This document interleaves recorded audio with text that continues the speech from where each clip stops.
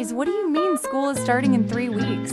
I cannot go back there for another 9 months, and my classes actually suck this year, and I'm stuck with them for 5 months. Why did these 2 months have to go by so fast? And yes, I get to see my friends, but I don't even know if I have any classes with them, and I do not want to see my ops. The only good thing is I got new clothes for the school year, but that's basically it. I am not ready to go back. Luna out.